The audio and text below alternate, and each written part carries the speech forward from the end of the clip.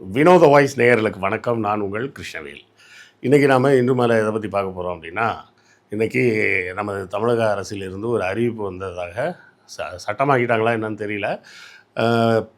பேப்பரில் ஒரு செய்தி பார்த்தேன். அந்த செய்தியை பற்றி விரிவாக உங்கள்கிட்ட பேசலான்னு வந்தேன். என்ன செய்தி அப்படின்னு கேட்டிங்கன்னா, வீட்டிலேயே பிரசவம் பார்ப்பது அப்படின்ற மாதிரி யாராவது ஈடுபட்டு மனைவி இறந்தால் கணவரின் மீது கொலை வழக்கு பதியப்படும் அப்படின்னு சொல்லி அமைச்சர் அருண்ராஜ் அவர்கள் ஒரு அறிவிப்பை வெளியிட்டதாக பத்திரிகையில் செய்தி வந்திருக்கு. அதை பற்றி தான் நம்ம விரிவாக இன்றைக்கி பார்க்கலாம்.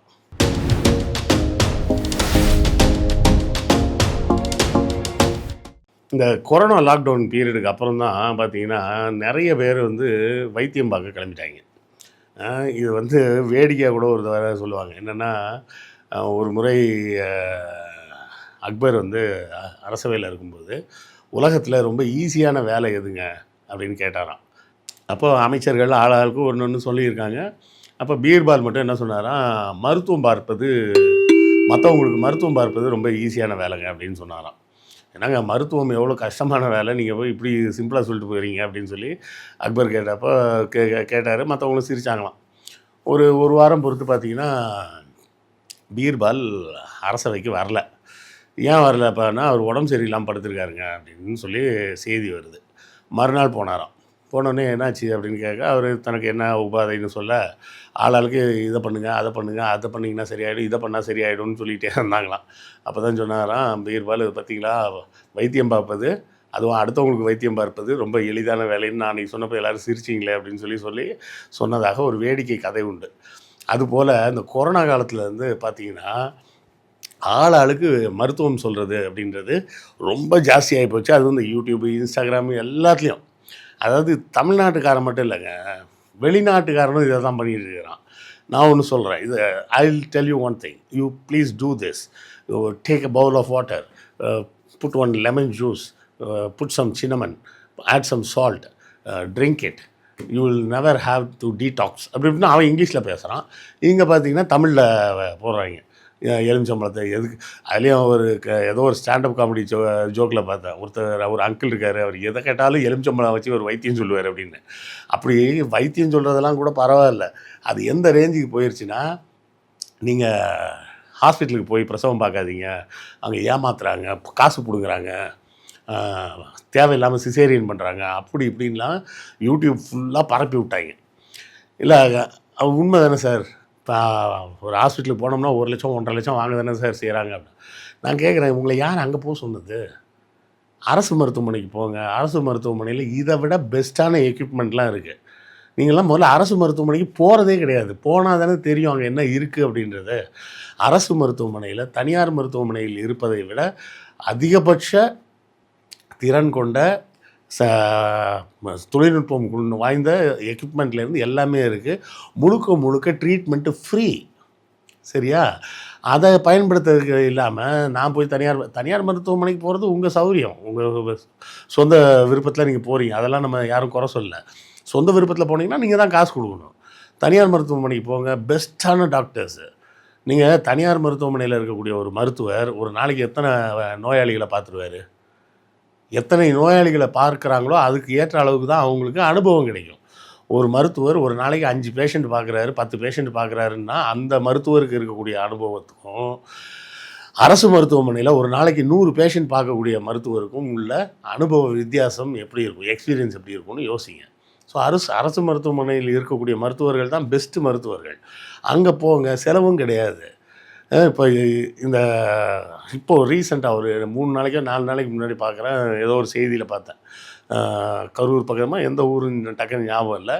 ஒரு பெண்ணுக்கு அவர் கணவர் வீட்டில் வச்சே பிரசவம் பார்க்குறேன்னு பார்த்து அந்த பிரசவத்தில் இரத்தப்போக்கு ஜாஸ்தியாகி உடனடியாக அவசரமாக பக்கத்தில் இருக்க ஏதோ ஒரு மருத்துவமனைக்கு கொண்டு போயிருக்காங்க. போய் இரத்தப்போக்கு நிற்காமல் அந்த பெண் இறந்து விட்டார். அப்போ இது எதுக்கு இந்த தேவையில்லாத வேலை? ஒழுங்காக மருத்துவமனைக்கு போனால் அந்த இரத்தப்போக்கு வந்தாலும் என்ன செய்யணுன்றது அங்கே இருக்க மருத்துவர்களுக்கு தெரியும். அவங்க பார்த்து சரி பண்ணுவாங்க. அதையெல்லாம் விட்டுட்டு கண்ட கண்ட யூடியூப்பை பார்க்குறது, கண்ட கண்ட இன்ஃப்ளூயன்சர்ஸை பார்க்குறது, இதை பார்த்துட்டு இந்த மாதிரிலாம் பண்ணுறது. ஒரு நமக்கு பிடிக்காத கட்சி அப்படின்னாலும் அதெல்லாம் ஒன்றும் தப்பு கிடையாது. ஒரு காரியம் நல்ல வேலை செஞ்சுருக்கிறாங்கன்னா கண்டிப்பாக பாராட்டணும். இந்த இடத்தில் இந்த சட்டத்தை இவர்கள் இன்னும் சட்டமாக கொண்டு வந்துட்டாங்களான்னு தெரில. விரைவில் சட்டமாக கொண்டு வரட்டும். கொண்டு வந்தால் அதை பார்த்து பாராட்டக்கூடிய முதல் நபர் நானாகத்தானே இருப்பேன். வீட்டில் வச்சு பிரசவம் பார்த்து பொண்ணு செத்து போச்சுன்னா அந்த கணவருக்கு கொலை வழக்கில், அதாவது மர்டர் கேஸில் அவர் மேலே கேஸ் புக் பண்ணப்படும்னு சொல்லியிருக்காங்க. அது அவர் மேலே மட்டும் போடாதீங்க, சரியா? அவரை இன்ஃப்ளூயன்ஸ் பண்ணது அவங்க அம்மா அப்பாவாக இருந்தால் அவங்க மேலேயும் சேர்த்து அந்த கேஸை போடுங்க. அவர் வந்து யூடியூப் எதுவும் பார்த்து இன்ஃப்ளூயன்ஸ் ஆகியிருந்தாருன்னா அந்த எந்த யூடியூப்பில் பேசுனாங்களோ அந்த ஆளையும் சேர்த்து தூக்கி உள்ளே வைங்க. இல்லைன்னா இன்னொன்று சொல்கிறேன், இந்த மாதிரி அறிவியலுக்கு சம்மந்தம் இல்லாமல் பேசக்கூடிய விஷயங்கள் பேசுகிறாங்கல்ல பார்த்தீங்களா, அவங்களெல்லாம் தூக்கி உள்ளே வைங்க. தேவையில்லாத மக்கள் மண்டையில் குழப்பத்தை உண்டாக்கி இந்த அளவுக்கு மருத்துவ தொழில்நுட்பத்தில் வளர்ச்சி அடைஞ்சு நம்ம இவ்வளோ தூரம் அதன் மூலமாக ஆரோக்கியமாக வாழ முடியுதுன்னா அதை கெடுப்பதற்குன்னு ஒரு கூட்டம் கிளம்புது. அதை எப்படி நம்ம சரின்னு சொல்ல முடியும்? புரியுதுங்களா? இது வந்து முதல்ல நமக்கு மனிதனுக்கு இயற்கையாக பிரசவம் நடப்பதில்லை. இயற்கையான பிரசவம்னு சொன்னால் அது மிருகங்கள்கிட்ட நடக்கக்கூடிய பிரசவங்கள் தான் இயற்கையான பிரசவம். ஏன்னா அந்த குழந்தை முழுமையாக வளர்ச்சி அடைஞ்ச பிறகு தான் வெளியே அந்த ஆட்டுக்குட்டியோ கன்றுக்குட்டியோ பிறக்குது. அதனால தான் பாருங்கள், மற்ற மிருகங்கள்லாம் குட்டி போட்ட உடனே அந்த குட்டி வெளியே வந்த உடனே அடுத்த ஒரு 5 நிமிஷத்தில் எந்திரிச்சு நடக்க ஆரம்பிச்சிடும், ஓட ஆரம்பிச்சிடும், துள்ளி குதிக்க ஆரம்பிச்சிடும். ஆனால் மனிதன் அப்படி கிடையாது. மனிதன் முழுமையாக வளர்ந்த ஒரு உயிரினமாக அம்மாவின் வயிற்றிலிருந்து வெளியே வர்றதில்லை. முழுமையாக ஒரு குழந்தை அம்மா வயிற்றில் வளரணும்னா குறைஞ்சபட்சம் 18 மாதம் உள்ளே இருக்கணும். 18 மாதம் உள்ளே இருந்து பிறந்தா அந்த குழந்தை முழுமையான குழந்தையாக இருக்கும். பிறந்து ஒரு 5 நிமிஷத்துலேயே எந்திரிச்சு நின்று நடக்க ஆரம்பிச்சிடும்.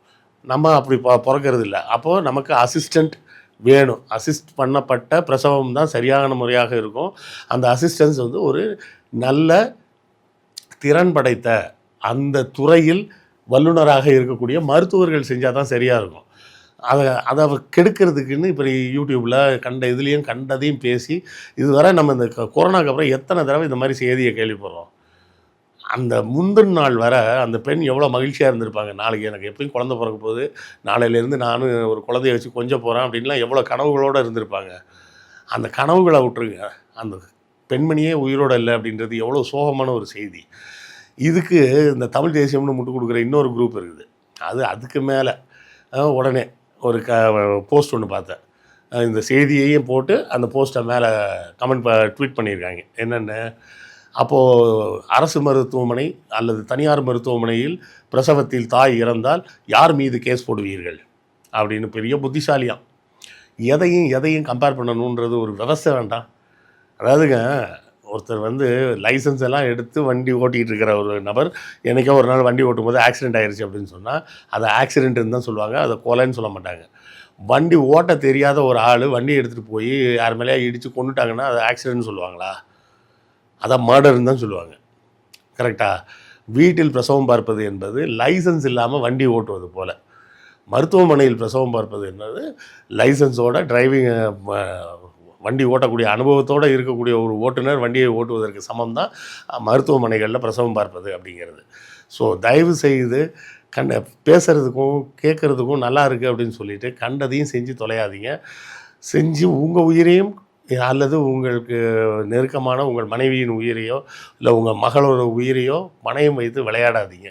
இந்த சட்டத்தை கொண்டு வந்தால் தாவேகா அரசுக்கு நான் முதல் நபராக இருந்து எனது பாராட்டுகளை தெரிவித்துக் கொள்கிறேன். இது குறித்து உங்கள் கருத்துக்கள் என்ன அப்படின்னு கமெண்ட்டில் சொல்லுங்கள், நானும் தெரிஞ்சுக்கிறேன். அடுத்த காணொளியில் சந்திப்போம். நன்றி, வணக்கம்.